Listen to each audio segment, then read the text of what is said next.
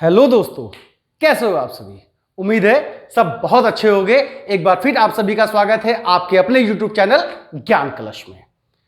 तो सबसे पहले आप सभी को, आपके पूरे परिवार को होली की बहुत बहुत शुभकामनाएं। ये कलर का त्यौहार अच्छे से मनाइए, बस केमिकल से बचिएगा। कोशिश यही कीजिएगा कि केमिकल से बचिएगा। केमिकल वाले कलर्स का यूज मत कीजिएगा, ना खुद पे होने दीजिएगा, ना तो किसी पे यूज कीजिएगा, क्योंकि ये कहीं ना कहीं थोड़ा सा स्किन पे दिक्कत डालता है। ये सभी को पता भी होगा। ठीक, तो अच्छे से बनाइए और बाकी चीजों से मुक्त रहिएगा। समझ गए ना, बाकी चीजों से मुक्त। हाँ ठीक, समझ चुके होंगे, समझने वाले बच्चे समझ चुके होंगे। तो चलिए आते हैं सीधे टॉपिक पे कि लास्ट वीडियो में हमने जो डिस्कस किया था वो था गुडविल का टोटल टॉपिक, टोटल कॉन्सेप्ट वाला टॉपिक। जितने भी वीडियोस गए होंगे आप यहां पे देखेंगे कॉर्नर पे, तो सब पे कॉन्सेप्ट लिखा होगा। अभी तक कोई प्रैक्टिस सेट नहीं आई थी। क्यों? क्योंकि हमने सोचा कि जितने भी टॉपिक्स हैं सीयूटी के वो सब 12th के हैं और आपके बोर्ड एग्जामिनेशन भी आने ही वाले हैं भाई। अकाउंट्स का पेपर सबसे लास्ट में है। कब है? 31 मार्च को है। तो उससे पहले अगर आप कुछ भूल चुके हो तो वो यहाँ से आप 2-3 वीडियो जो भी है या बाकी जो वीडियोज आएंगी वहां से आप कॉन्सेप्ट देख लोगे तो आपके कॉन्सेप्ट अच्छे हो जाएंगे। और बच्चा, जब कॉन्सेप्ट अच्छे होते हैं तभी एमसीक्यू लगते भी हैं। आप ये सोचिए कि न्यूमेरिकल के बेस पर हम एमसीक्यूज लगा लेंगे तो ये आपकी गलतफहमी है। आपके कॉन्सेप्ट जितने अच्छे होंगे आप उतने ही अच्छे से अपने क्वेश्चंस को लगा पाएंगे।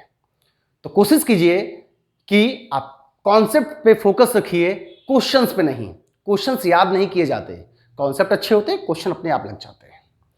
तो फिलहाल बढ़ते हैं आगे और देखते हैं कि आज का जो ये है प्रैक्टिस सेट। अभी तक हम कॉन्सेप्ट पढ़ रहे थे, सारे कॉन्सेप्ट हो चुके थे। अब आज से practice set start. Practice set first, second, third, fourth, अभी जो भी आएंगे वो लाइन से लगी हुई हैं। एक के बाद एक वीडियोज आएंगी और आपके प्रैक्टिस सेट आपको मिलते जाएंगे। तो जैसा कि एग्जामिनेशन में केस बेस्ड क्वेश्चंस भी आते हैं, मैच द फॉलोइंग वाले क्वेश्चंस भी आते हैं, इसके बाद एमसीक्यूज तो आते ही हैं। इसलिए अब जितने भी प्रैक्टिस सेट होंगे वो इन सभी के कॉम्बिनेशन वाले होंगे, जिसमें आपको case base, MCQ, match the following plus assertion revision वाले क्वेश्चंस भी बताए जाएंगे। तो इसलिए वीडियो को स्किप मत कीजिएगा और एक एक चीज ध्यान से देखिएगा, क्योंकि हो सकता है कि आपने जो सीखा ना हो वो भी यहां सीख जाओगे। हो सकता है कि जो आपने सीखा ना हो वो भी यहां सीख जाओगे और बैठे होगे तो मजे ही मजे लोगे। चलो बढ़ते हैं आगे, देखते हैं। यह है आपका पहला case based question, case study. अब देखो ये केस स्टडी कितनी बढ़िया है। क्या लिखा है? ABC, ये सब तो मान लो ये पूरा केस लिखा हुआ, इससे रिलेटेड 3-4 क्वेश्चन बने होंगे। बट हमने जैसे कि पहले भी आपको समझाया था और आज भी समझाएंगे, जब भी केस बेस्ड क्वेश्चन आए या नॉर्मल एमसीक्यूज आए तो सबसे पहले आपको देखना कहाँ है? एमसीक्यू की तरफ, कि हमको निकालना क्या है। तो फोकस क्या होगा? इस पे निकालने पे। तो यहां पे क्या है? यहां पे देखिए पूछा है नॉर्मल प्रॉफिट पूछा है। क्या पूछा है? Normal profit. और आपको पता है नॉर्मल प्रॉफिट कैसे आता है? तो नॉर्मल प्रॉफिट का सिंपल सा कैपिटल एम्प्लॉयड इनटू जो भी इसका रेट दिया होगा, इसका रेट निकाल लीजिए, जो रेट ऑफ रिटर्न होता है, आपका नॉर्मल प्रॉफिट आ जाता है। अब हम पढ़ते हैं केस स्टडी। तो चलिए, क्योंकि केस स्टडी वाले क्वेश्चंस में कम से कम 4 या 5 क्वेश्चंस होते हैं, तो अगर एक केस स्टडी को पढ़ने में आप 1 से 1.5 मिनट का भी टाइम लेते हो तो भी ठीक है, लेकिन कोशिश कीजिएगा इसे बार बार ना पढ़ना पड़े, एक ही बार में अच्छे से पढ़ लेना। तो आओ देखते हैं। AB पार्टनर थे, ABC 3 पार्टनर थे। इनका प्रॉफिट शेयरिंग रेशियो क्या था? 2:2:1, मतलब ये ओल्ड प्रॉफिट शेयरिंग रेशियो था। और इन्होंने डिसाइड किया कि ये फ्यूचर में बांटेंगे 1:2:3 में। बहुत अच्छी बात है। On this date firm had assets, firm के पास जो एसेट्स थी वो थी 3,80,000 की। क्या थी? Assets, including 20,000 cash. 380 की एसेट थी जिसमें 20,000 इंक्लूड था कैश का। अगर ये इंक्लूड ना लिखा होता तो, एक्सक्लूड होता तो, तब हम इसमें जोड़ देते, लेकिन इंक्लूड है, इसलिए टोटल एसेट्स आपकी कितने की है? तो टोटल एसेट्स आपकी 380 की है। बोल रहा है कि पार्टनर्स की capital account show a balance 3 lakh. Partners का कैपिटल कितना है 3 लाख का, एंड बाकी जो बचा वो क्या है, बाकी का बाकी आपका ये रिजर्व है। देखो होता क्या है, asset is equal to liability plus capital होती है। टोटल एसेट थी 380 और फिर बोल रहा है लायबिलिटी में 3 लाख क्या है कैपिटल, तो बाकी बचा कितना, बाकी 80 ही तो बचा, जो 80,000 होगा वो क्या बोल रहा है, वो बोल रहा है आपका ये जनरल रिजर्व है जो 80,000 है। इतनी बात समझ में आई। आगे नॉर्मल रेट ऑफ रिटर्न दिया हुआ 10%, नॉर्मल रेट ऑफ रिटर्न भी दिया 10%। Goodwill of the firm is valued, firm की गुडविल जो वैल्यूड हुई है, ये गुडविल दी हुई है कितनी 75,000, किस बेसिस पे 3 year purchase of super profit. Super profit method जानते हो, नहीं जानते हो तो पिछली वीडियो में जाकर देखिएगा, जान जाओगे। तो गुडविल आई है 75,000 3 ईयर परचेज के बेसिस पे, जो कि सुपर प्रॉफिट से निकाली गई है। अब बोल रहा है कि on the basis of the above information answers the following. चलिए अब देखते हैं क्या क्या देना है। सबसे पहले क्या है नॉर्मल प्रॉफिट। नॉर्मल प्रॉफिट कैसे निकालते हैं, capital employed into rate of return. आपने देखा यहां कैपिटल एम्प्लॉयड क्या है, कैपिटल एम्प्लॉयड क्या होता है, capital plus reserve and surplus plus non current liability ही तो होती है, यही तो कैपिटल एम्प्लॉयड होती है। तो यहां पे देखिए कैपिटल और रिजर्व दोनों मिला के 380 था, 3,80,000। तो ये आपको पहचानना आना चाहिए कि कैपिटल एम्प्लॉयड क्या है, शेयर होल्डर फंड्स क्या है, डेब्ट क्या है, टोटल डेब्ट क्या है, इसमें कंफ्यूज मत होना। अगर नहीं आता है तो कमेंट बॉक्स में कमेंट कीजिएगा, मैं सब बताऊंगा। हालांकि जब फाइनेंशियल स्टेटमेंट के एनालिसिस पे आऊंगा तो वहां तो मैं सब बताऊंगा ही। तो बच्चा देखो 3,80,000 कितने percent normal rate of return था 10%। बताओ 380 का 10% कितना होगा, 38,000 होगा कि नहीं होगा। गजब का क्वेश्चन, गजब का answer, answer number B is correct answer. Option में 38 दिया ना, तो बी आपका एकदम सही आंसर हो गया। चलिए बढ़ते हैं नेक्स्ट क्वेश्चन की तरफ। आपका केस वही है जो भी आपने पढ़ा था, और केस के बाद यहां पे पूछ क्या आया है, super profit of the firm. क्या पूछा है, super profit of the firm. आपको पता है सुपर प्रॉफिट मेथड में सबसे पहले हम सुपर प्रॉफिट निकालते हैं। सुपर प्रॉफिट कैसे आता है, average profit minus normal profit. अब बच्चा देखो यहां पे तुम्हारे पास नॉर्मल प्रॉफिट तो था 38,000, लेकिन क्या सुपर प्रॉफिट था क्या, तो सुपर प्रॉफिट तो था ही नहीं। जब सुपर प्रॉफिट नहीं था तो इसके बाद क्या आती है, गुडविल। कैसे निकालते हैं, super profit into number of purchasing year निकलता है। तो यहां पे देखो गुडविल आपकी दी हुई थी 75,000, गुडविल कितनी दी थी 75,000। सुपर प्रॉफिट बताओ यहां से मिल जाएगा कि नहीं मिल जाएगा, into number of purchasing year दिया था 3, तो क्या होगा super profit is equal to 75,000 divide by 3 is equal to 25,000। तो यहां पे ऑप्शन में कहीं 25,000 है, तो ये आपको दिखा ऑप्शन नंबर से 25,000 और सॉल्व। कोशिश कीजिएगा कि ये जो प्रोसेस है ये आपके दिमाग में सेट हो। मान लो मुझे तो समझाना है इसलिए मैंने ऐसा लिखा, मैं चाहता तो सीधा सीधा बोल देता कि बेटा 75,000 को 3 से डिवाइड दे दो 25,000 आंसर आ जाएगा, क्योंकि सुपर प्रॉफिट बेसिस से 3 ईयर परचेज से निकाला गया है, लेकिन आपके ऊपर से निकल जाता। तो मुझे समझाना है इसलिए मुझे लिखना पड़ता है, लेकिन आप कोशिश कीजिए कि किसको कितनी जल्द से जल्द हम निकाल सकते हैं। ठीक, चलो बढ़ते हैं नेक्स्ट क्वेश्चन की तरफ। नेक्स्ट क्वेश्चन पूछा है एवरेज प्रॉफिट। क्वेश्चन तो वही है, केस तो वही है। अभी आपने देखा आपके पास नॉर्मल प्रॉफिट है, कितना था 38,000, कैसे निकाला था हम बता चुके हैं। आपके पास सुपर प्रॉफिट का फॉर्मूला भी था, इसी में average profit minus normal profit आता है। इसके जस्ट पहले आपने सुपर प्रॉफिट निकाला था, कितना निकाला था 25,000 निकाला था। चलो अब बताओ 25 सुपर प्रॉफिट था, नॉर्मल प्रॉफिट आपने निकाला था 38,000, तो बताओ एवरेज प्रॉफिट क्या होगा, नहीं बता लोगे। इधर से इधर आएगी कोई चीज तो प्लस होगी ना, तो 38 प्लस 25, 25 प्लस 38 बताओ कितना होगा 63। क्या ऑप्शन में कहीं 63 दिखाई दे रहा है, option number D is correct answer 63। Any doubt? चलिए बढ़ते हैं नेक्स्ट क्वेश्चन की तरफ। तो केस स्टडी वही है, यहां पे क्या पूछा है, एडजस्टमेंट ऑफ गुडविल। अब एडजस्टमेंट ऑफ गुडविल, अच्छा, बहुत ही अच्छा क्वेश्चन है ये। तो देखिए इसको कितनी जल्दी निकालेंगे वो सीखो। आपको मैंने पिछली वीडियो में गुडविल का ट्रीटमेंट बताया था कि इस चैप्टर में change in PSR among the existing partner में गुडविल का एक ही ट्रीटमेंट होता है। क्या? गेनिंग वाला डेबिट हो जाएगा, गेनिंग वाला डेबिट हो जाएगा और सैक्रिफाइस वाला क्रेडिट हो जाएगा, बताया था ना। तो इसके लिए हमको सबसे पहले क्या चाहिए, सैक्रिफाइस और गेनिंग रेशियो चाहिए। वो कैसे मिलेगा? वो यहां से मिलेगा। देखो बेटा, ओल्ड रेशियो था 2:2:1 और न्यू रेशियो था 1:2:3। तो आज एक अच्छी चीज बताते हैं जो आपके ट्रेडिशन से अलग है। अभी तक आप जो सैक्रिफाइस और गेनिंग निकालते थे ये थोड़ा उससे हट के है, और सीख लोगे एक बार तो आपको बहुत जल्द ही याद हो जाएगा, और इस पर थोड़ा सा प्रैक्टिस बनाओगे तो आप इसको आसानी से जल्द निकाल सकते हो। कैसे? देखो यहां लिख लो ओल्ड रेशियो। ओल्ड क्या था? 2:2:1, और फिर लिख लो न्यू। न्यू क्या था? 1:2:3। अब बेटा दोनों को जोड़ लो तो ये हो गया 5, 3 2 5 1 6।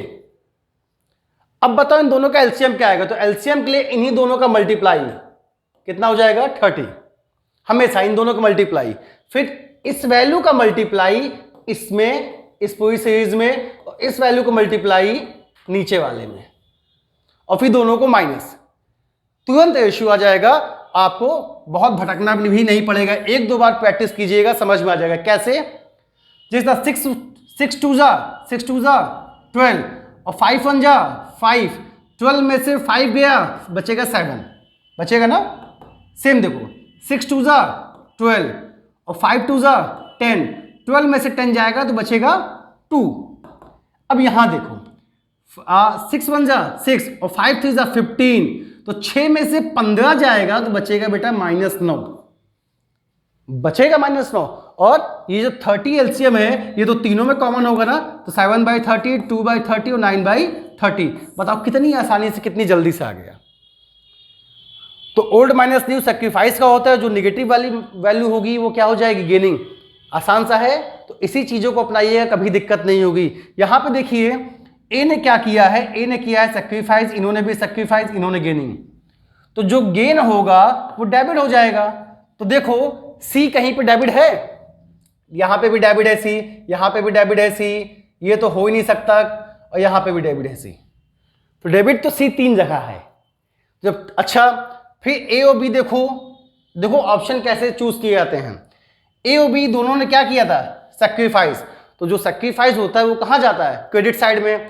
तो यहां देखो ए है क्रेडिट साइड में और बी भी है क्रेडिट साइड में। अच्छा चलो इसमें देखो ए भी है बी भी है, इसमें देखो ए भी है बी भी है। अब ये तो तीनों ऑप्शन सही हो गए। जब यहां से नहीं मिलती है चीजें, अब यहां पे देखो एक ऑप्शन तो यहां पे एलिमिनेट हो गया, लेकिन 3 ऑप्शन में ये चीजें सही आई हैं। तब हम जाएंगे अमाउंट की तरफ। कहां जाएंगे? अमाउंट की तरफ। अमाउंट कैसे निकालेंगे? गुडविल का अमाउंट क्या था? गुडविल देखो निकली हुई थी 75,000, ये साफ साफ दी हुई है। तो 75,000 का कितना? 7/30, 7/30 किसी भी एक का निकाल लो। हम तो कहेंगे यहां पे देखो तीनों में सी का कॉमन दिया हुआ है, दिया है ना, तो सी का तो 22,500 ही आएगा, तीनों में दिया है। लेकिन बाकी में वेरिएशंस हैं, तो पहले आप ए और बी का निकाल लो। तो 7/30 बताओ कितना आएगा? 3 से काटिए, 3 2 6 1 7, 3 5 15 और 25 सते 175, 70,500। कहीं ए का दिखाई दे रहा है क्या 70,500? तो ये देखो यहां पे ए है, ए का सिर्फ ये चौथे में दिख रहा है 17,500। सी तो होगा ही नहीं, ये दोनों हो गए नहीं, बस ए मिल गया, इसी को डी वाला मार देना, ठीक हो जाएगा। डी वाला एकदम सही आंसर। भाई ये तो सभी में कॉमन है, तो ये तो निकालने का कोई मतलब नहीं, सभी में एक जैसा आएगा। ये एलिमिनेट हो चुका है पहले ही, यही 3 में से कोई सही होगा। हमने सिर्फ एक का निकाल लिया, ए का, और ए का देखा कहां कॉमन है, वही आंसर। इस तरीके से जब प्रैक्टिस होगी तभी आप क्वेश्चंस को जल्द से जल्द निकाल पाओगे। अगर प्रैक्टिस ऐसे नहीं होगी तो थोड़ा सा क्वेश्चन निकालने में टाइम लग सकता है। तो एक चीज यहां पे आपने क्या सीखी, न्यू रेशियो निकालना, सॉरी सैक्रिफाइस और गेनिंग निकालना, कि कितनी जल्दी हम सैक्रिफाइस गेनिंग निकालते हैं। तो कोशिश कीजिएगा इस मेथड को अप्लाई, कभी गलत नहीं होंगे। ठीक, इसके बाद फिर हमने क्या देखा, अगर बात यहीं से बन जाती, सिर्फ एक ही सी दिया होता कहीं डेबिट में, तब तो वही सही हो जाता आंख बंद करके, लेकिन यहां पे तीनों सी डेबिट में दिए थे। फिर हमने क्या देखा, अमाउंट भी सी का सेम था, तो हमने किसी एक का अमाउंट निकाल लिया, गुडविल से वही आंसर हो गया। ठीक, तो इस चीज को अपनाइएगा। तो चीजें थोड़ा सा जल्द करने की कोशिश कीजिए, जितनी जल्दी जल्दी चीजें होंगी, टाइम आपके पास लिमिटेड होगा, नंबर ऑफ क्वेश्चंस होंगे वहां पे, तो उस लिमिटेड टाइम में कितनी जल्दी आप चीजों को अटेम्प्ट कर लोगे, यही क्वालिटी होती है कंपटीशन में आगे बढ़ने की। ओके, चलो बढ़ते हैं। कितने हो गए, 4 क्वेश्चन। तो केस बेस्ड स्टडी समझ में आई, एक केस दिया होगा, उससे रिलेटेड कम से कम 3 से 4 क्वेश्चन या 5 क्वेश्चन भी आ सकते हैं, वो दिए होंगे। तो केस को पढ़ लेना और उससे रिलेटेड आप आंसर्स देते चले जाइएगा। बढ़ते हैं नेक्स्ट की तरफ। तो देखो यहां पे आ गया केस नंबर 2, केस 2 आ गया। अब केस 2 में हमने क्या बताया, सबसे पहले यहां ध्यान दे देना, पूछा क्या है, एवरेज मेंटेनेबल प्रॉफिट, मतलब एवरेज प्रॉफिट पूछ रहा है। चलो देखते हैं। PQR 3 पार्टनर थे, इनका डिपार्टमेंटल स्टोर चलता था, शेयरिंग प्रॉफिट इनका क्या था, इनका प्रॉफिट शेयरिंग रेशियो इक्वली था। R started a new business, R ने एक नया बिजनेस स्टार्ट किया of his own, and since R was unable to devote any time to the existing business. अच्छा ठीक है भाई, 3 पार्टनर थे, तीनों का ये रेशियो था। फिर इनमें से जो मिस्टर आर थे, इन्होंने एक नया बिजनेस स्टार्ट किया। अब इनके पास इतना टाइम नहीं था, क्योंकि वो उनका खुद का बिजनेस था, तो ये पार्टनरशिप में आते ही नहीं थे, यहां पे ये टाइम नहीं दे पाते थे। चलो भाई कोई बात नहीं, मत दीजिए time. They decided that R will get 1/5 in future profit. इन्होंने क्या डिसाइड किया कि आर को हम फ्यूचर में कितना देंगे, अभी इक्वली देते हैं, अब आर को क्या देंगे, 1/5 देंगे। Okay, they also decided to make adjustment for goodwill on the basis of the 3-year purchase of super profit of last 5 year। Okay, इन्होंने ये भी डिसाइड किया कि एडजस्टमेंट ऑफ गुडविल भी की जाएगी, किस बेसिस पे, 3-year परचेज पे, किस मेथड से, सुपर प्रॉफिट मेथड से। कितने साल का, 5 सालों का। चलो, capital investment of the firm is 15 lakh. Firm में टोटल कैपिटल का कितना इन्वेस्टमेंट था, 15 लाख। कैपिटल हमको पता चल गया, पूरे फर्म में तीनों की कैपिटल कितनी है, 15 lakh. And a fair return on capital, ये लो, कैपिटल भी पता चल गई और उसका रिटर्न भी पता चल गया। इससे अच्छी बात क्या है, profit of the last 5 year. अच्छा, 5 साल का प्रॉफिट भी दिया हुआ, देखो 1 2 3 4 5 सालों का प्रॉफिट भी दिया है। इसका लिखा है on the basis of the above information answer the following. चलो भैया आंसर देते हैं, क्या क्या है। पहला क्या पूछा, average maintainable profit. Average profit कैसे निकालते हैं, जल्दी बताओ। आपको पता होगा एवरेज प्रॉफिट का मैंने बताया था, sum of profit into number of year. तो आइए देखते हैं, ये तो था 1,60,000, इसके बाद ये 3 लाख देखो ब्रैकेट में होगा, तो जो ब्रैकेट में वैल्यू होती है वो लॉस की होती है। ठीक, तो चलो अब हमने यहीं पे जोड़ लिया, आप अपने हिसाब से जोड़ लीजिएगा। 460 था, इसमें इंक्लूडिंग एबनॉर्मल गेन है, जब भी एबनॉर्मल गेन होता है तो माइनस हो जाता है। तो चलो यहां से हो गया 60 माइनस हो गया, तो यहां बचेगा 4 लाख। 4 में से 3 माइनस हो जाएगा, तो यहां बचेगा 1 लाख। हमने सीधा सीधा यही माइनस किया, फिर 1,60,000। इसके बाद इस 4 लाख में एबनॉर्मल लॉस है 40,000 का। तो हमने आपको बताया था एबनॉर्मल, इसके पिछली वीडियो में जाकर देखिएगा कि जो एबनॉर्मल लॉस होता है वो प्लस हो जाता है। तो ये हो जाएगा 4,40,000 और ये हो जाएगा 3 लाख। तो हमने यहां पे क्या किया, इन दोनों को यहीं पे एडजस्ट किया। ये कैलकुलेशन करने का थोड़ा सा जल्दी कैलकुलेशन होती है इससे। अब तुम्हारे पास प्रॉफिट ये बचा हुआ है, चलो बताओ कितना हो जाएगा। तो 4 3 7 1 8 1 9 1 10, 4 3 7 8 9 10, 10 लाख हो गया। आप निकाल के देख लीजिएगा, इसका टोटल सम आएगा 10 लाख। डिवाइड किससे होगा, नंबर ऑफ ईयर, 5 से। तो बताओ एवरेज प्रॉफिट कितना आ गया, 2 लाख। आ गया कि नहीं आ गया, कितना है एवरेज प्रॉफिट, 2 लाख। तो क्या ऑप्शन में कहीं 2 लाख है, option number C is correct answer, 2 lakh. तो क्वेश्चंस को देखो, पेपर में सॉल्यूशन तो मांगेगा नहीं कि एक पन्ना में पूरा सॉल्यूशन लगाना है तो आपने सॉल्व करना स्टार्ट किया, नहीं। वहां पे तो आपको क्विक निकालना है, कितनी जल्दी, कितनी आसानी से, कितनी तेजी से आप निकाल सकते हो। ठीक, तो ये आ गया आपका 2 लाख। ओके, चलो आगे बढ़ते हैं। आया मजा? चलिए अब आगे देखते हैं नेक्स्ट क्वेश्चन। इस क्वेश्चन में क्या निकालना है? Normal profit. अभी मैंने क्या बताया, नॉर्मल प्रॉफिट कैसे निकालते हैं भैया। कैपिटल आपको पता ही थी, क्वेश्चन में कैपिटल कितनी दी थी? 15 लाख, और इसका नॉर्मल रेट ऑफ रिटर्न कितना दिया था? 12%। तो 15 लाख का 12% निकालोगे कितना आ जाएगा? 1,80,000। निकाल के देख लीजिए, 15 × 12 180 होता है, 1,80,000। Option number D is correct answer.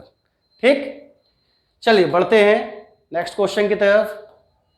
Value of goodwill पूछ रहा है, वैल्यू ऑफ गुडविल। तो बच्चों चलो देखते हैं वैल्यू ऑफ गुडविल कैसे आएगी। गुडविल यहां पर जो निकालना था वो कौन सा मेथड था? तो यहां पे देखो मेथड दिया था सुपर प्रॉफिट मेथड। तो सुपर प्रॉफिट के लिए आपको सुपर प्रॉफिट निकालना पड़ेगा, जिसका फॉर्मूला होता है एवरेज प्रॉफिट। एवरेज प्रॉफिट अभी आपका कितना आया था? 2 लाख आया था।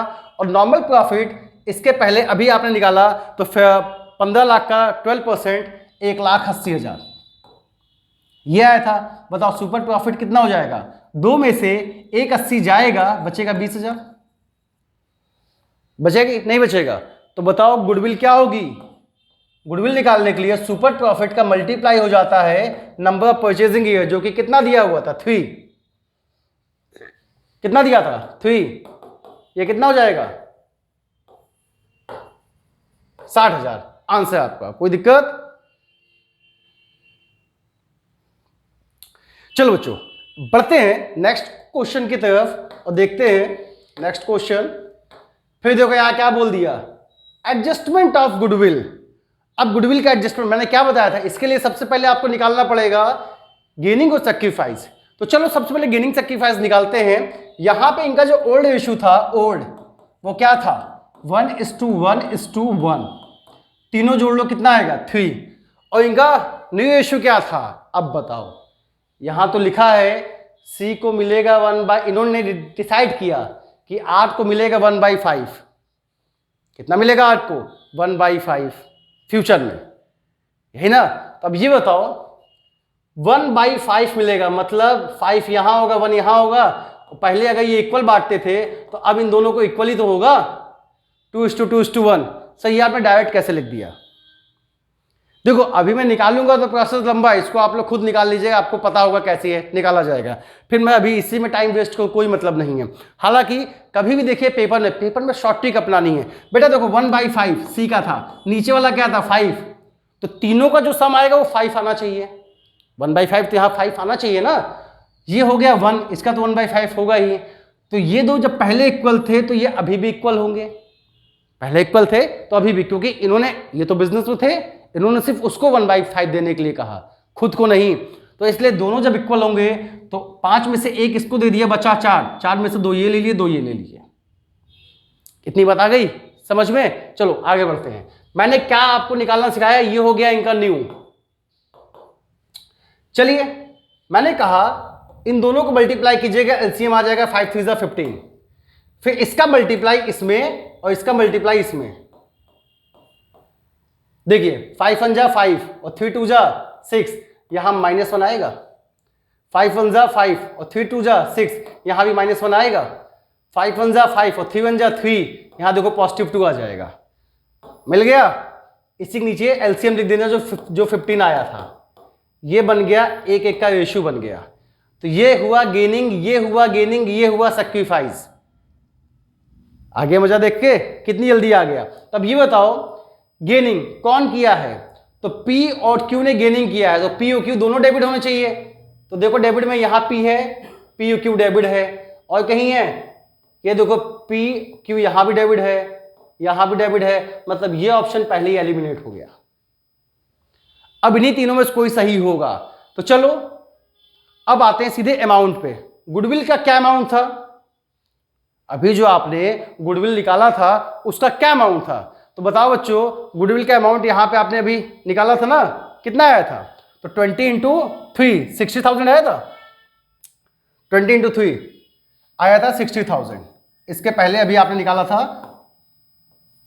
गुडविल का सुपर प्रॉफिट आया था 20,000 मल्टीप्लाई बाय 3 आ गया था 60,000, तो 60,000 थी गुडविल। चलो इस 60,000 का हम किसी एक का हिस्सा निकालते हैं 1/15, 15 चौको 60, 4,000। तो भैया पी का देखो 4,000 यहां पे है, यहां पे तो है नहीं, यही सही होगा ऑप्शन नंबर ए। अच्छा सर आगे भी देख लीजिए, इसका भी 1/15 निकालोगे तो आएगा 4,000 और 2/15 निकालोगे तो आएगा 8,000। Option number A is correct answer. तो बच्चों आ गया समझ में केस स्टडी कैसे की जाएगी, समझ में आ गया। तो जब भी केस स्टडी आएगी केस को अच्छे से पढ़िएगा तभी आप आंसर दे पाओगे। देखो 2 केस स्टडी में आपके 8 क्वेश्चन हो गए कि नहीं हो गए? हो गए ना। चलिए बढ़ते हैं थर्ड की तरफ। चलिए यहां पे आगे केस स्टडी थर्ड। चलिए पहले केस स्टडी पूरी अच्छे से पढ़ी जाती है। ABC थे पार्टनर, प्रॉफिट्स एंड लॉस, इनका जो ओल्ड रेशियो था वो कितना था? 5:3:2 था। आगे क्या लिखा है? A was unable to devote the time of the business, वही जो पिछला था, due to his other commitments. Hence, adjustment were required in the agreed terms of partnership. ठीक, they decided to share future profit कितना? 2:5:3. Okay, following balances appear in the balance sheet. क्या क्या balance sheet में है? Advertisement, suspense, याद कीजिए इसको मैंने पिछले वीडियो में बताया था कि नॉमिनल एसेट्स होती है और ये डबल टिक वाले आइटम होते हैं, जो डबल टिक सिखाया था ना। और ये जो नॉमिनल एसेट्स होती हैं ये लॉस होता है एक तरीके से, ये पार्टनर्स में डिस्ट्रीब्यूट हो जाता है। किसमें? ओल्ड पार्टनर में। कौन से रेशियो में? ओल्ड रेशियो में। फिर यहां वर्कमैन कंपनसेशन रिजर्व का भी टॉपिक समझाए थे, ये भी समझाए थे, और यहां इन्वेस्टमेंट दिया हुआ है। चलो आगे देखते हैं। It was agreed goodwill should be valued at 3-year purchase. Goodwill कैसे निकालेंगे? 3-year परचेज के बेसिस पे ऑफ सुपर प्रॉफिट। तो भैया जब सुपर प्रॉफिट है तो हमको नॉर्मल प्रॉफिट भी चाहिए, और नॉर्मल प्रॉफिट के लिए कैपिटल चाहिए। आगे देखते हैं। Firm average profit R 1 lakh. चलो एवरेज प्रॉफिट दे दिया। Capital invested in the business 8 lakh, ये भी दे दिया। नॉर्मल रेट ऑफ रिटर्न 10% भी दे दिया। Claim on account of workman compensation has been estimated 80,000। चलो 90 था, 90 में से 80,000 क्या देना है? वर्कमैन कंपनसेशन को क्लेम देना है। आगे on the above information choose the correct option. चलो मतलब इन्वेस्टमेंट 5 लाख था, अभी इसका कुछ नहीं हुआ, 90 में से 80 देना है, इतनी इंफॉर्मेशन थी। पढ़ लिए अच्छे से। अब आइए देखते हैं क्वेश्चन पे। क्वेश्चन बोल रहा है कि एडजस्टमेंट ऑफ गुडविल, गुडविल का एडजस्टमेंट क्या होगा? तो गुडविल निकालनी पड़ेगी। गुडविल कैसे आएगी? तो सुपर प्रॉफिट से बोल रहा है, तो यहां पे देखो एवरेज प्रॉफिट दिया था 8 लाख, ये दिया था 8 लाख का 10% 80,000, सीधे सीधे निकाल लो। सुपर प्रॉफिट होता है average profit 1 lakh minus normal profit. Normal profit कैसे आएगा? इस 8 लाख का 10% 80,000, कितना आ गया? 20,000 आपका आ गया सुपर प्रॉफिट। और गुडविल जो वैल्यूड हुई है वो 3-year परचेज के बेस पे हुई है, तो 20,000 इंटू 3, यहां पे भी आ गया 60,000। ये 60,000 जो आपकी आएगी वो क्या जाएगी? गुडविल। 20,000 इंटू 3 आ गया 60,000। गुडविल आ गई, कितनी जल्दी आई, देखे, मजा आया। चलो अब बढ़ते हैं आगे। एडजस्टमेंट ऑफ गुडविल पूछ रहा है, तो यहां पर जो एडजस्टमेंट होगी उसके लिए हमको क्या चाहिए? गेनिंग और सैक्रिफाइस चाहिए। कैसे बताए थे? ओल्ड रेशियो क्या था? 5:3:2, 5 3 8 2 10। न्यू क्या था? 2:5:3, 5 3 8 2 10। इसमें तो कोई दिक्कत ही नहीं, दोनों 10 है। एलसीएम भी लोगे तो कितना आएगा? तो सर एलसीएम लेंगे तो यहां कितना जाएगा? 100। हमेशा देखो इन दोनों को मल्टीप्लाई ही कीजिएगा इस मेथड में, कभी भी नहीं सर 10 का एलसीएम तो 10 ही आएगा। हम तो सीधे सीधे इसको माइनस भी मार सकते हैं, ठीक है, हो सकता है, लेकिन अभी आप ऐसे ही लीजिएगा। लेकिन अगर कॉमन आ जाए तो आप सीधे सीधे भी निकाल सकते हो। भाई 10 आ गया दोनों, तो एक ही आएगा, तो यहां पे सीधे सीधे माइनस हो जाएगा। 5 में से 2 गया 3, और 3 में से 5 गया 2, और 3 में से यहां पे देखो 3 में से 5 गया -2, और 2 में से 3 गया -1। तो यहां पे आपको क्या पता चला? यहां पे ये पता चल रहा है कि इसने क्या किया है? सैक्रिफाइस। कौन? ए ने। और बी और सी ने क्या किया है, गेन किया है। तो एक क्रेडिट होना चाहिए, देखो दो में एक क्रेडिट लिखा हुआ है, लेकिन यहां पे क्रेडिट ए बाई इतना, बी बाई इतना, सी बाई इतना, तीनों तो क्रेडिट होंगे नहीं, दो तो डेबिट हो गए हैं, गेन किया है। क्रेडिट ए बाई इतना, बी बाई इतना, सी बाई इतना, ये भी नहीं होगा, इन्हीं दोनों में से कोई एक होगा। अब इसमें बताओ क्रेडिट वाला ए कौन सा है, ये दिखाई दिया, और यही एकदम सही होगा। देखो कैसे, 3/10, 60,000 थी गुडविल, इसका 3/10 निकाल लीजिए, 6 का 18,000 आ जाएगा, 18,000 दिया हुआ है। 60,000 का 2/10 12,000, और 60,000 का 1/10 6,000 आ गया। Option number C is correct answer. तो देखो जब भी कितना आसान सा था ये, इसको जोड़ा, दोनों इक्वल आ गया, कुछ नहीं करना, सीधे सीधे माइनस मार दीजिए, आपका आंसर आ जाएगा, सीधे सीधे माइनस कीजिए, आंसर आ जाएगा। आसान सा था। चलो नहीं आया तो फिर से एक बार देख लीजिए, फिर से बता देता हूं। ओल्ड रेशियो था, न्यू रेशियो था। ओल्ड क्या था, 5:3:2, और न्यू क्या था, 2:5:3। इन दोनों को जब हमने जोड़ा तो यहां भी 10 आया, यहां भी 10 आया। जब दोनों सेम ना आए तब तो आप मल्टीप्लाई कीजिए, लेकिन अगर दोनों सेम आ जाता है ना तो कुछ करने की जरूरत ही नहीं, सीधा सीधा माइनस। 5 में से 2 गया 3, 3 में से 5 गया -2, और 2 में से 3 गया -1, ये बाई 10, ये बाई 10, ये बाई 10। लो भैया आ गया। जो पॉजिटिव है वो सैक्रिफाई, जो नेगेटिव है वो गेनिंग। कोई दिक्कत? कोई दिक्कत नहीं होनी चाहिए। चलिए बढ़ते हैं नेक्स्ट क्वेश्चन की तरफ। इन respect of advertisement expense, in respect of advertisement expense, advertisement expense जो है इसके रिस्पेक्ट में क्या किया जाएगा? तो मैंने क्या बताया था, ये ओल्ड पार्टनर में ओल्ड रेशियो में बढ़ जाता है, तो ये लॉस होता है। लॉस की एंट्री क्या बताई थी, याद कीजिए, A debit, B debit, C debit to advertisement suspense. मतलब ये एडवर्टाइजमेंट सस्पेंस पूरा का पूरा क्या हो जाता है, ये रिटर्न ऑफ हो जाता है। क्या हो जाता है, ये रिटर्न ऑफ हो जाता है, ये बढ़ जाता है किसके बीच में, ओल्ड पार्टनर्स के बीच में। तो आओ ऑप्शन देते हैं। Will be return of in new issue, नहीं, ये हमेशा बटेगा कौन से इश्यू में, ये रिटर्न ऑफ तो होगा लेकिन ओल्ड इश्यू में होगा, तो ये पहला ऑप्शन गलत हो गया। Will be carried forward in the books, नहीं, ये उसी साल ये कंप्लीटली रिटर्न ऑफ हो जाता है। Will be adjusted in sacrifice gaining, सवाल ही नहीं पैदा होता। Will be return of in old issue, एकदम सही इश्यू, ये एकदम सही है। क्यों? जो एडवर्टाइजमेंट सस्पेंस होता है वो लॉस होता है, और जो लॉस होता है वो ओल्ड पार्टनर में ओल्ड इश्यू में बढ़ता है। कोई दिक्कत? अच्छा क्वेश्चन था, याद रखिएगा। Next, in respect of workman compensation, बेटा मैंने क्या बताया था, वर्कमैन कंपनसेशन याद कीजिए। यहां पे इसका क्लेम है 80,000, इसमें से 80,000 दे देना है, फंड में कितना पैसा बचेगा, 10 बचेगा। मैंने क्या सिखाया था, ये एक फंड है, वर्कमैन कंपनसेशन फंड। किसी ने क्लेम किया, कितना, इस फंड में था 90, यहां से देना है 80, फंड से निकाला 80 दे दिया, 80 दे दिया, अभी भी इस फंड में 10 बचा हुआ है। ये 10 जो बचा है इसको कौन बांटेगा, ओल्ड पार्टनर। किस रेशियो में, ओल्ड रेशियो में। तो चलो क्वेश्चन देखें क्या पूछा है, यहां पे तो अमाउंट दिया हुआ है। तो चलो जब ये बटेगा तो एंट्री क्या बनेगी, वर्कमैन कंपनसेशन, ये reserve account debit to workman compensation, ये हो जाएगा to A to B to C, यही था। ये था तुम्हारा 90,000, 90 में से 80 दे दिया, जो 10 बचेगा वो इन तीनों में बढ़ जाएगा। किस रेशियो में, ओल्ड रेशियो में। तो 5,000, 3,000, 2,000 आएगा, बांटोगे तो 5,000, 3,000 और 2,000 आएगा। ऑप्शन में देखो क्या ए बी सी कहीं क्रेडिट में लिखा है, credit A, credit B, credit C, 5 3 2, 5 3 2, option A is correct answer, बाकी गलत हो जाएगा।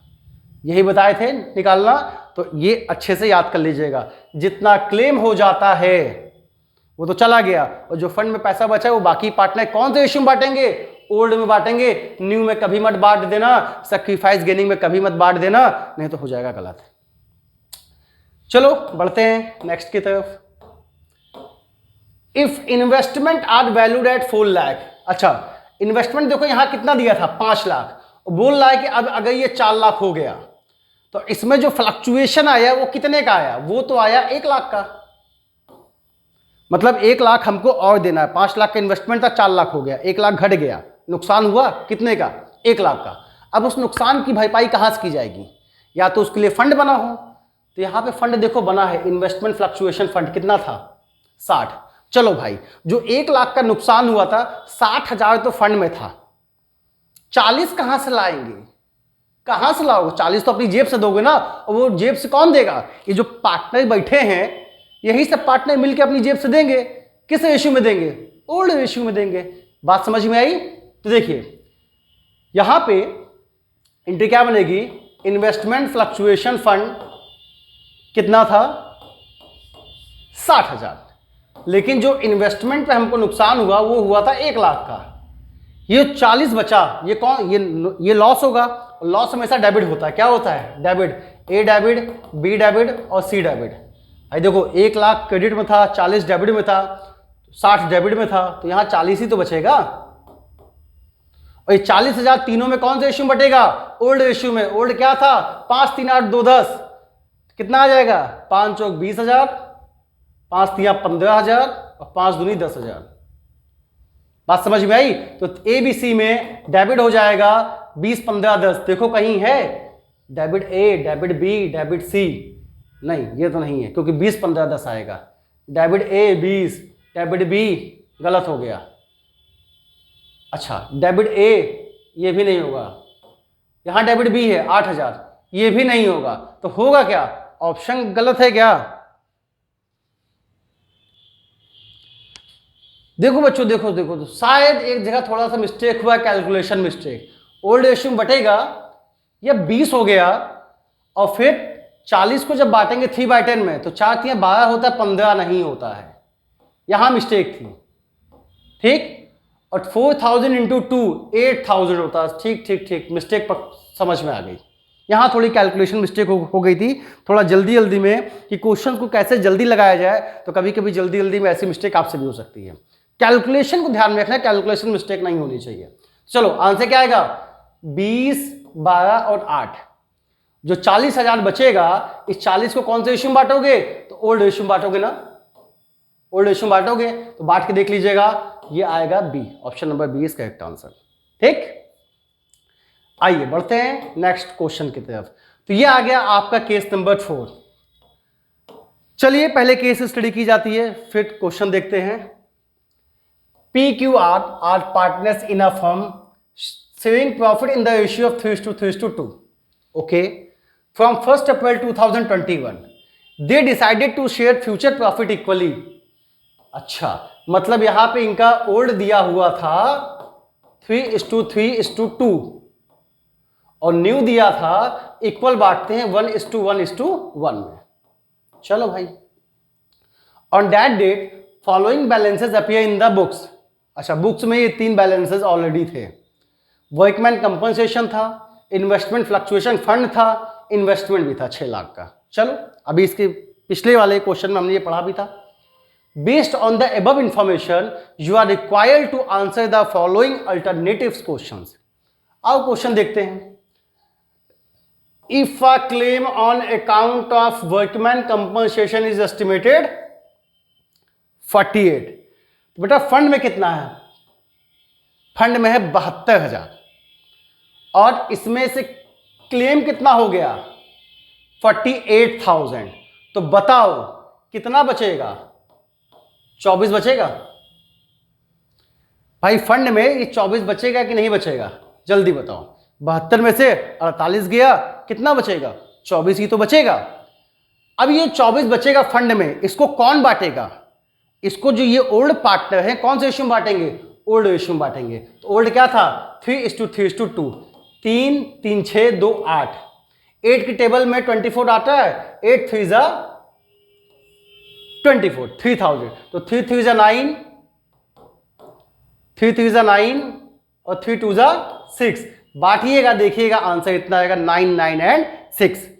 तो चलिए जब इनको मिलेगा तो ए बी सी क्या होंगे, ये तीनों ही क्रेडिट हो जाएंगे। तो कहीं लिखा है PQR credit, P Q and R by 8,000 each, नहीं, 2 को 9 मिलेगा, 1 को 6 मिलेगा। यहां देखो डेबिट, डेबिट तो होगा ही नहीं क्योंकि 2 डेबिट हैं। कौन कौन डेबिट है? पी नहीं, तीनों ही क्या है, डेबिट नहीं, तीनों ही क्या है यहाँ पे, तीनों ही क्रेडिट हो जाएंगे। Credit P 9,000, credit Q 9,000 and R 6,000, तो 9 9 6, option number D is correct answer. तीनों ही क्रेडिट होंगे क्योंकि जो कंपनसेशन, वर्कमैन कंपनसेशन की एंट्री क्या बनती है? Workman compensation reserve account debit to P to Q to R, तो तीनों ही कहाँ गए? क्रेडिट साइड में। अमाउंट कितना है? 9 9 6, option number D is correct answer.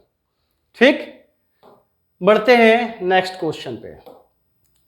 If investment are value 4,50,000, okay, यहां पे इन्वेस्टमेंट कितना था? 6 लाख। 6 की वैल्यू अब कितनी हुई?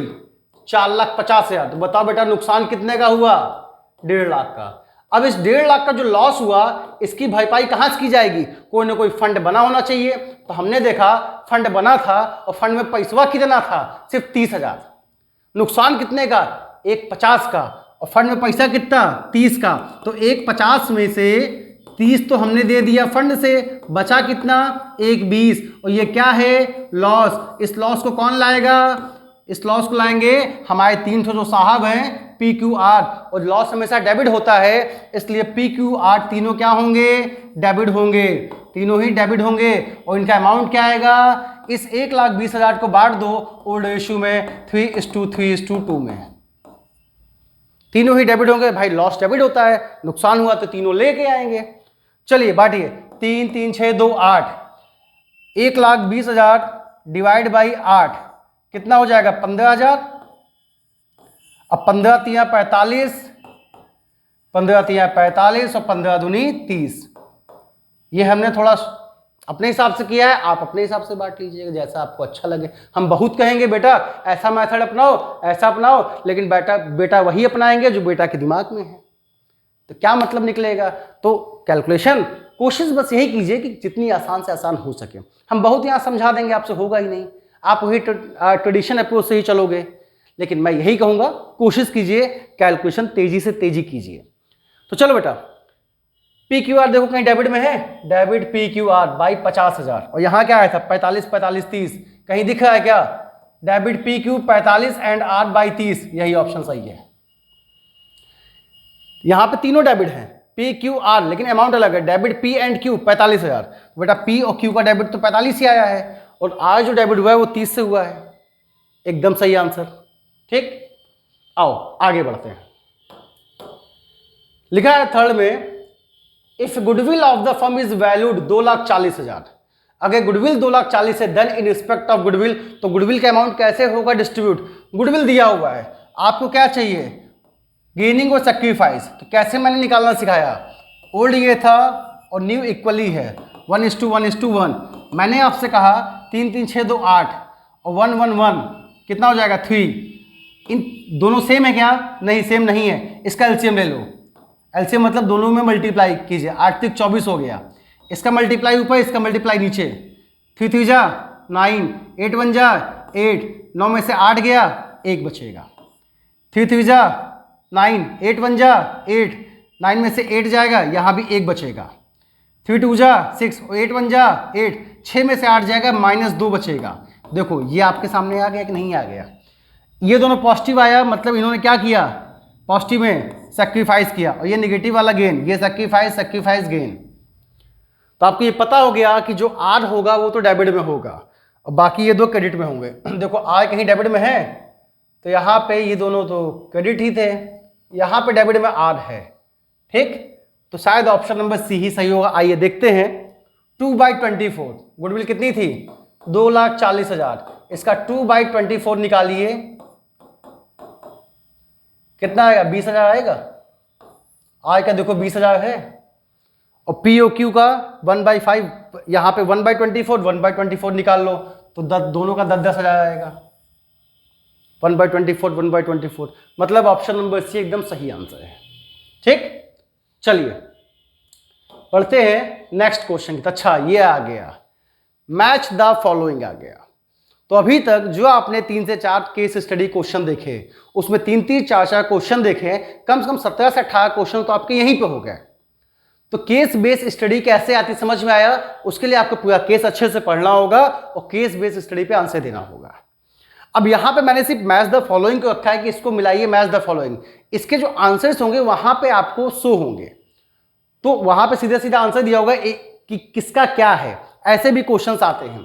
तो चलिए बताइए, मैच द फॉलोइंग में आइए देखते हैं। तो ये भी यहां से भी एक दो क्वेश्चंस आपको पेपर में दिखाई देंगे। क्या लिखा है? ये ratio in which partner shares profit and loss before reconstitution of firm. उस रेशियो को क्या कहते हैं जो पार्टनर्स के बीच में प्रॉफिट लॉस बांटते हैं रिकॉन्स्टिट्यूशन से पहले? चलो तो भैया रिकॉन्स्टिट्यूशन से पहले कौन सा रेशियो होता है? ओल्ड ही तो होगा ना। Ratio in which partner surrender their share of profit of other partner. यहां कौन सी वैल्यू लिखी है? Surrender their share. किस रेशियो में पार्टनर्स अपनी चीजों को छोड़ता है? छोड़ेगा तो भैया सैक्रिफाइस रेशियो में छोड़ेगा। Ratio in which all the partner shares the future profit and losses. Future में जिस रेशियो में बांटते हैं उसे क्या कहते हैं? यहां पे होगा न्यू रेशियो। ये ratio in which partners acquire the share from other, gaining ratio. तो देखो पहले का क्या होगा? ओल्ड रेशियो कहीं है तो पहले का डी हो जाएगा, दूसरे का सैक्रिफाइस है ये हो जाएगा सी, और तीसरे का क्या है? न्यू, ए हो जाएगा, और चौथे का गेनिंग है बी हो जाएगा। तो आपको ये जरूर पता होना, ये तभी पता होगा जब आपके कॉन्सेप्ट अच्छे होंगे, जब पढ़ के समझ पाओगे कि लिखा क्या है। जब समझ ही नहीं पाओगे क्या होगा तो मैच द फॉलोइंग कैसे सही होगा? तो समझ में आया? कोई दिक्कत? इसको एक दो बार देखिएगा, इसको समझिएगा, आंसर खुद पे खुद आपको पता चल जाएगा। पढ़ते हैं नेक्स्ट क्वेश्चन पे। ये भी मैच द फॉलोइंग है। वेरी गुड, बहुत अच्छा, ये बहुत बढ़िया क्वेश्चन है। Identify weight for the past year while calculating goodwill by weighted average profit. ये वही वेटेड एवरेज प्रॉफिट है जिसे हम मल्टीप्लायर मेथड भी कहते हैं। क्या कहते हैं? Multiplier method. इसमें ईयर को वेट दिया जाता था। क्या दिया था? वेट। अब वेट कैसे देते हैं? वेट जो ईयर पहले होता है उसे पहला, उसके बाद दूसरा, फिर तीसरा, फिर चौथा। वेट हमेशा ऐसे सीक्वेंस में दिए जाते हैं। ठीक, तो यहां बताओ सबसे पहले क्या आएगा? 17 आएगा, 19 आएगा, 20 आएगा कि 18 आएगा? तो पहले क्या आएगा? 17। 17 को वेट कौन सा देंगे? 1। लेकिन 18 को वेट कौन सा देंगे? 2। 19 को वेट कौन सा देंगे? 3। और 20 को वेट कौन सा देंगे? 4। तो जैसे जैसे बढ़ता जाएगा वेट धीमे धीमे बढ़ता ही जाता है। तो ये चीज, ये वाला क्वेश्चन आया भी हुआ था सीयूईटी में, बहुत सारे बच्चे इसमें कंफ्यूज भी हो गए थे ये कैसा क्वेश्चन आ गया, वेट कैसे देंगे? तो हमेशा याद रखिएगा जो ईयर पहले आता है वो पहले से स्टार्ट होगा। तो 17 पहले आया था 1, फिर 18 2, 19 3 और 20 4। वेट का डिस्ट्रीब्यूशन ईयर वाइज होता है। ठीक, चलिए बढ़ते हैं नेक्स्ट क्वेश्चन की तरफ। क्वेश्चन ये आपके सामने है, match the following item. Old ratio minus new ratio, क्या फॉर्मूला होता है? Old minus new. Old ratio minus new ratio, sacrifice होता ही नहीं होता? बताओ सैक्रिफाइस कहीं दिया हुआ है? ये दिया है। इसके बाद बताइए goodwill gaining ratio, fix asset या क्रेडिट बैलेंस या डैश। अब इसमें कंफ्यूज कि सर गुडविल क्या होती है? तो बताओ गुडविल फिक्स एसेट होती है कि नहीं होती है? गुडविल तो फिक्स एसेट होती है। चलो जनरल रिजर्व, जनरल रिजर्व कौन से रेशियो में बांटते हैं? जनरल रिजर्व का बैलेंस हमेशा क्रेडिट बैलेंस होगा। जनरल रिजर्व का बैलेंस जो होता है वो कैसा होता है? क्रेडिट बैलेंस होता है। और न्यू माइनस ओल्ड क्या होगा? ये गेनिंग का फॉर्मूला होता है, न्यू माइनस ओल्ड। कोई दिक्कत? समझ में आया?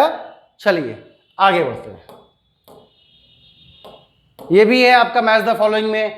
इन case of change in profit sharing ratio among existing partner. ठीक, general reserve will be distributed in, general reserve कौन से रेशियो में डिस्ट्रीब्यूट किया जाता है? कौन से रेशियो में? ओल्ड ही में तो बताए थे, जितने भी रिजर्व फंड होते हैं, वर्कमैन कंपनसेशन फंड होते हैं, ये सब ओल्ड में। तो देखो ये ओल्ड रेशियो में डिस्ट्रीब्यूट हो जाएगा। अभी आपने पढ़ा था advertisement suspense account will be debited to partners capital account in, किस रेशियो में होता है? तो ये भी कहां होता है? ओल्ड में या न्यू में? तो यहां पे हमें लगता है कुछ मिस्टेक है, चाहे टाइपिंग मिस्टेक हो चाहे जो, क्योंकि एडवर्टाइजमेंट सस्पेंस अकाउंट डेबिटेड होता है पार्टनर्स कैपिटल अकाउंट में किस रेशियो में? तो ये भी हमेशा ओल्ड रेशियो में ही होता है। Goodwill valued will be adjusted in. Goodwill हमेशा सेक्रीफाइस और गेनिंग में एडजस्ट होती है ना। तो यहां पे एक ऑप्शन ये शायद गलत पॉइंट हो गया, क्योंकि या चाहे यहां मिस्टेक हो चाहे यहां, ये दोनों ही जनरल रिजर्व और जो एडवर्टाइजमेंट सस्पेंस होते हैं ये दोनों ही कौन से रेशियो में डिस्ट्रीब्यूट होता है? ओल्ड रेशियो में। और जो गुडविल होती है वो सेक्रीफाइस या गेनिंग में। तो ये थोड़ा सा मिस्टेक होगा यहाँ पे, तो इसलिए आप इसको ध्यान रखिएगा। इसीलिए मैंने कहा ना, कॉन्सेप्ट से पढ़ोगे तो दिक्कत कभी नहीं आएगी, कॉन्सेप्ट से भटकोगे दिक्कत हमेशा आएगी। कॉन्सेप्ट से मत भटकिएगा, आंसर आपको हमेशा सही मिलेंगे।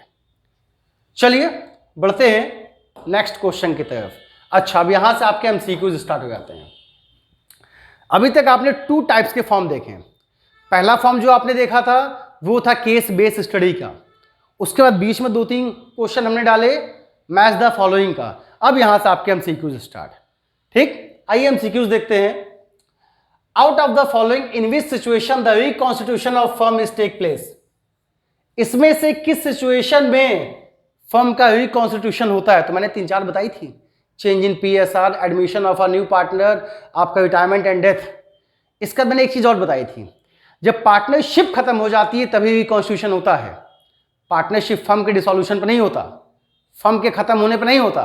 फर्म के खत्म होने पर ताला लग जाएगा। जब पार्टनरशिप खत्म होती है या पार्टनरशिप डीड में कोई चेंजेस आती है तभी क्या होता है? रिकॉन्स्टिट्यूशन होता है। आइए पढ़ते हैं। At the time of change in PSR among the existing partner, एकदम सही। At the time of admission of new partner, एकदम सही। बोथ एंड बी, ये भी सही। At the time of doing past adjustment, गलत। क्या सर तीनों सही? नहीं, बोथ ए एंड बी लिखा है ना, तो ऑप्शन नंबर सी सही हो जाएगा, क्योंकि ये दोनों ही सही है। ठीक, बढ़ते हैं next. Any change in relationship of existing partner which result in an end of existing agreement. कोई भी चेंज अगर पार्टनरशिप के रिलेशनशिप में होता है, पार्टनर्स के रिलेशनशिप में होता है, जिससे कि एग्रीमेंट को चेंज करना पड़ जाए, तो मैंने भी क्या बताया, अगर एग्रीमेंट में कोई चेंज होता है तो वो रिकॉन्स्टिट्यूशन ऑफ पार्टनरशिप में आएगा। And entering into new agreement, भाई ओल्ड एग्रीमेंट खत्म और नया एग्रीमेंट आएगा, इसको क्या कहते हैं? रिकॉन्स्टिट्यूशन ऑफ पार्टनरशिप कहते हैं, ना कि रिवैल्यूएशन, ना कि डिसॉल्यूशन, ना कि अमलगमेशन। तो यहां पे ऑप्शन नंबर बी एकदम सही हो जाएगा। इसे क्या कहते हैं? रिकॉन्स्टिट्यूशन ऑफ पार्टनरशिप कहते हैं। ठीक, चलो गेनिंग रेशियो आ गया। गेनिंग रेशियो का फॉर्मूला क्या होता है? सैक्रिफाइस का तो सभी को पता है, ओल्ड माइनस न्यू, जस्ट उसका अपोजिट न्यू माइनस ओल्ड। ये हो गया आपका गेनिंग रेशियो। बढ़ते हैं नेक्स्ट। हाँ कहा गया, चलो नेक्स्ट। ये the excess amount which the firm can get on selling it's asset over and above the saleable value of its asset is called. अच्छा, एक्सेस अमाउंट, जब अमाउंट आपको ज्यादा मिलता है, किससे ज्यादा मिलता है? जब आप अपनी एसेट्स को बेचते हो, आप अपनी एसेट्स को बेचते हो, वो एसेट्स के अमाउंट से ज्यादा अमाउंट मिलता है। मैंने आपको क्या बताया था, याद है गुडविल समझाते समय? भाई मेरी एसेट्स है 50,000 की, और कोई अगर मुझे उसका 10 लाख रुपए देने को, वो 1 लाख रुपए देने को तैयार है, 50,000 के बदले में 1 लाख देने को तैयार है, तो जो ज्यादा पैसा देगा क्यों देगा? क्यों देगा? वो नेम एंड फेम का देगा। ठीक है, नेम एंड फेम का, हमारी रेपुटेशन का। तो जो नेम एंड फेम या रेपुटेशन होती है उसे क्या कहते हैं? गुडविल। ऑप्शन नंबर डी सही आंसर। बढ़ते हैं next question. Which of the following is not true? Not true. अच्छा, इनमें से क्या सही नहीं है? In relation of goodwill, goodwill क्या होती है? इंटेंजिबल एसेट्स, ये तो सही है। फिक्टिटियस एसेट्स, गुडविल कभी भी फिक्टिटियस एसेट्स नहीं होती है। It has a realisable value, होती है, नन ऑफ द अबव। तो भैया गुडविल कभी फिक्टिटियस एसेट्स नहीं होती। ऑप्शन नंबर बी सही हो जाएगा। फिक्टिटियस एसेट्स क्या होती है? प्रीलिमिनरी एक्सपेंसेस, एडवर्टाइजमेंट सस्पेंस, जो प्रॉफिट एंड लॉस का डेबिट बैलेंस होता है, इसके बाद underwriting commission, discount on issue of share, discount on issue of debenture, ये सभी चीजें क्या होती हैं? फिक्टिटियस एसेट्स होती हैं। समझ में आ गया? नहीं आया तो जितनी चीज बोला हूं ना, इसको लिख लेना। भाई वीडियो में तो ये चीज़ अच्छी होती है कि पीछे जा जाके धीमे धीमे हम स्लो मोशन में भी सुन सकते हैं, एक एक चीज़ को लिख भी सकते हैं। तो अगर आपको नहीं पता थी तो जितनी चीज़ें, जितने नाम मैंने फिक्टिटियस एसेट्स के बोले हैं, इनको लिख लीजिएगा। आगे बढ़ते हैं। When goodwill is not purchase, जब गुडविल परचेज नहीं की जाती है, goodwill account can never be raised in the books, be raised in the books, be partially raised in the books, be raised as per the agreement of partnership. क्या होगा answer बताओ? जब goodwill खरीदी जाती है, कोई लेके आता है, तब तो उसे दिखाते नहीं दिखाते अलग की चीज है, लेकिन क्या जब गुडविल परचेज की नहीं परचेज की जाएगी, जब गुडविल परचेज नहीं की जाएगी तो क्या इसे बुक्स में दिखाएंगे? जल्दी बताओ, दिखाएंगे कि नहीं दिखाएंगे? तो चूंकि टाइम ज्यादा हो गया, वीडियो भी थोड़ा सा बड़ी हो जाए, जल्दी जल्दी बताइए, दिखाएंगे कि नहीं दिखाएंगे? तो बच्चों ये मैं आप पे छोड़ता हूं, मैं चाहूंगा कि आप इसका आंसर कमेंट बॉक्स में कमेंट कीजिए। अब इसके आगे की जितनी सीरीज है वो हम नेक्स्ट वीडियो में लेके आएंगे, यहीं से स्टार्ट करके मैं भी तो देखूं आपने साल भर क्या पढ़ाई की है, कि इसमें क्या दिखाई देगा, क्या जब गुडविल परचेज नहीं की जाएगी, खुद से बनाई जाएगी, सेल्फ जनरेटेड होगी, तो क्या उसे बुक्स में दिखाई जाएंगी या नहीं दिखाई जाएंगी? मैं ये उम्मीद है ये हमारी आपसे कि आप इसका आंसर कमेंट बॉक्स में कमेंट कीजिएगा, मैं भी तो देखूं कि कितना आपने पढ़ा है। ठीक, नहीं तो मैं तो यहाँ पे इसको बताऊंगा ही बताऊंगा। ओके, तो ठीक है बच्चों, थैंक यू फॉर टुडे। मिलते हैं नेक्स्ट वीडियो में यहीं पे ज्ञान कलश में एक इसके आगे के अच्छे अच्छे क्वेश्चंस के साथ। इसलिए आप सभी को होली की बहुत बहुत शुभकामनाएं। खूब खेलो होली, और अच्छा ये होता अगर मैं भी आपके बीच में होता और खूब मजे से हम लोग होली खेलते। लेकिन चलिए, एक समय वो भी आएगा जब हम सब ये पूरी ज्ञान कलश की फैमिली एक साथ मिलके आप सभी के साथ होली खेलेंगी। एक समय आएगा, ये मेरा वादा है आपसे। तो थैंक यू बच्चों यहाँ पे, और खूब खेलिए होली। हाँ, एक इंपॉर्टेंट नोटिफिकेशन हो सकता है, पहली चीज तो ये कि आपके वीडियोस का जो शेड्यूल है वो आपको मिल जाएगा आज या कल में, वो ज्ञान कलश की कम्युनिटी में अपडेट हो जाएगा कि किस टाइम पे कौन सी वीडियो अपडेट होगी। ठीक है, तो वहां से आप देख लीजिएगा किस टाइम पे कौन सी वीडियो अपडेट होगी। हालांकि अकाउंटेंसी की बात है तो डेली सुबह 8 बजे आपको एक वीडियो मिलेगी, एक प्रीमियर मिलेगा, उसको देखना ना भूले। 8 बजे का एक टाइम शेड्यूल बना लीजिए कि सुबह उठना है, मंजन करना है, नहाना है, एक कप चाय लेनी है, और 8 जैसे बचेगा 8 बजे सही की क्लास में बैठ जाना है, और 1 घंटे ये कंटिन्यूटी बना लीजिए 8 से 9। भाई सुबह अभी तो मेरे ख्याल से स्कूल भी बंद होंगे सबके, सिर्फ बोर्ड एग्जामिनेशन ही होंगे, और कॉमर्स वाले बच्चों का बोर्ड एग्जामिनेशन शायद 17 को है, 25 को है, और 31 को है, 17, 25, 31। तो अभी तो टाइम ही टाइम है। तो कोशिश ये कीजिए सुबह उठने के बाद चाय नाश्ता पानी करने के बाद 8 बजे, नेट 8 बजे आप बैठ जाइए, और जो भी वीडियोस हैं उसको अच्छे से देखिए। फिलहाल होली कल और 2 दिन होली मनाई जाती है यहाँ पे, तो हो सकता है इन 2 दिनों में चाहे 2 दिन या फिर 1 दिन का डिस्टर्बेंस बना वीडियो नहीं आएगी एक दिन, लेकिन इससे ज़्यादा गैपिंग नहीं होगी। तो या तो 1 दिन या तो 2 दिन की गैपिंग हो सकती है। तो थैंक यू बच्चों, फिर मिलते हैं नेक्स्ट वीडियो में। हाँ, इसका आंसर देना मत भूलना, और इंटरनेट पे सर्च मत कीजिएगा, ईमानदारी से खुद से आंसर लिखिएगा। ठीक, थैंक यू फॉर टुडे।